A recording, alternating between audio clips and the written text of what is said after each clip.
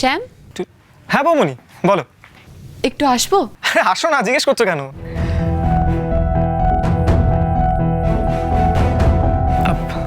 বৌমনি, কি কোনো সমস্যা হয়েছে, মানে প্রবলেম হয়েছে কোনো? তোমার ছোটদা ভাই তো এখনো ফিরলো না। আমি ফোন করছি, ফোনটাও ধরছে না। জানি পার্টিতে গেছে, কিন্তু ও তো ফিরে আসবে বলেছিল। অনেকটা রাত হলো, টেনশন হচ্ছে। তাই আমি ভাবলাম তুমি হয়তো জানো। কিন্তু বৌমনি তুমি একটা ফোন করবে তোমার ছোটদা ভাইকে, তোমার ফোনটা যদিও ধরে।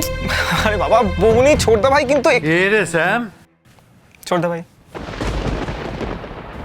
তুমি এখানে? এই শোন এদিকে, কেসটা কি বলতো? তুই নাকি বলেছিস বৌমনিকে যে এখানে আসবি, তুই অলরেডি জানি বৌমনি? অফকোর্স বলেছি, জিজ্ঞেস করে দেখ। ও বৌমনি, ছোটদা ভাই তো বললো যে রাত জেগে কাজ করবে আর তোমার কি ঘুমের সমস্যা হবে, তাই জন্য এখানে দুনিয়ায় ডুবে ভুলে গেছে, বুঝেছিস? কি ভাব, এসব কি বলছিস? বেগম শোনো, আমি আজকে রাতে কাজ করে এখানে ঘুমিয়ে পড়বো, তুমি টেনশন করো না, যাও ঘুমিয়ে পড়ো।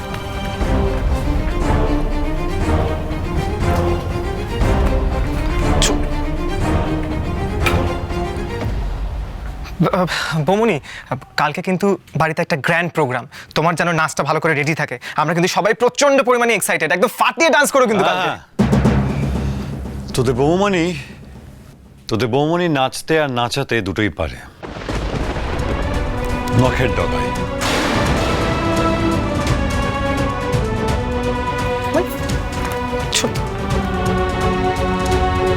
বৌমনি কি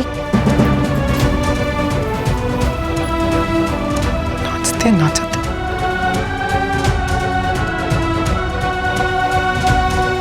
না, ব্যাপারটা তো ঠিক সুবিধার ঠেকছে না, কেমন যেন ঝামেলা ঝামেলা গন্ধ পাচ্ছি।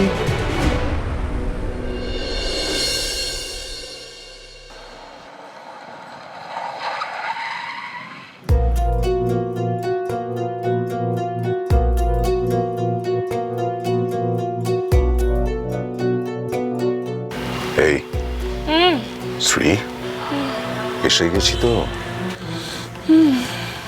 তোমার বাড়ি।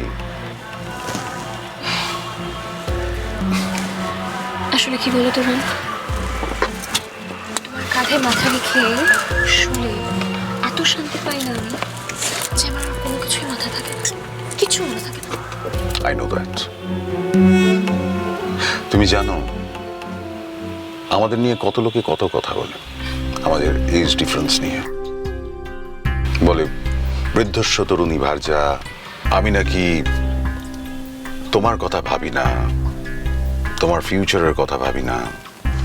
রন, you are my future and you are mine.